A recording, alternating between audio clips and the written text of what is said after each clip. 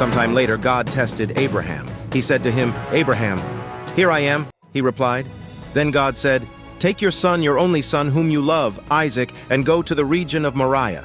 Sacrifice him there as a burnt offering on a mountain I will show you." Early the next morning, Abraham got up and loaded his donkey. He took with him 2 of his servants and his son Isaac. When he had cut enough wood for the burnt offering, he set out for the place God had told him about.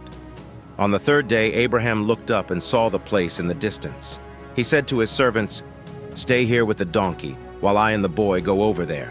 We will worship, and then we will come back to you." Abraham took the wood for the burnt offering and placed it on his son Isaac, and he himself carried the fire and the knife. As the 2 of them went on together, Isaac spoke up and said to his father Abraham, "Father?" "Yes, my son," Abraham replied. "The fire and wood are here," Isaac said, "but where is the lamb for the burnt offering?"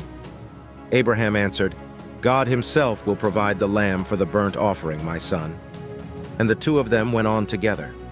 When they reached the place God had told him about, Abraham built an altar there and arranged the wood on it. He bound his son Isaac and laid him on the altar on top of the wood. Then he reached out his hand and took the knife to slay his son. But the angel of the Lord called out to him from heaven, "Abraham, Abraham." "Here I am," he replied. "Do not lay a hand on the boy," he said. "Do not do anything to him. Now I know that you fear God, because you have not withheld from me your son, your only son." Abraham looked up, and there in a thicket he saw a ram caught by its horns. He went over and took the ram and sacrificed it as a burnt offering instead of his son. So Abraham called that place, "The Lord will provide." And to this day it is said, "On the mountain of the Lord it will be provided."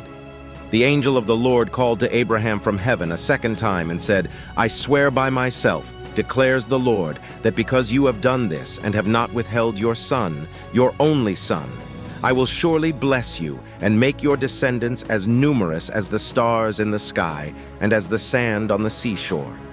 Your descendants will take possession of the cities of their enemies, and through your offspring all nations on earth will be blessed, because you have obeyed me."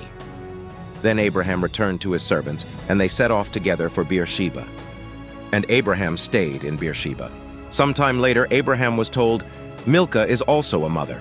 She has borne sons to your brother Nahor, Uz the firstborn, Buz his brother, Kemuel, the father of Aram, Kesed, Hazo, Pildash, Jidlaph, and Bethuel. Bethuel became the father of Rebekah. Milcah bore these 8 sons to Abraham's brother Nahor. His concubine, whose name was Reumah, also had sons, Tebah, Gaham, Tahash, and Maacah.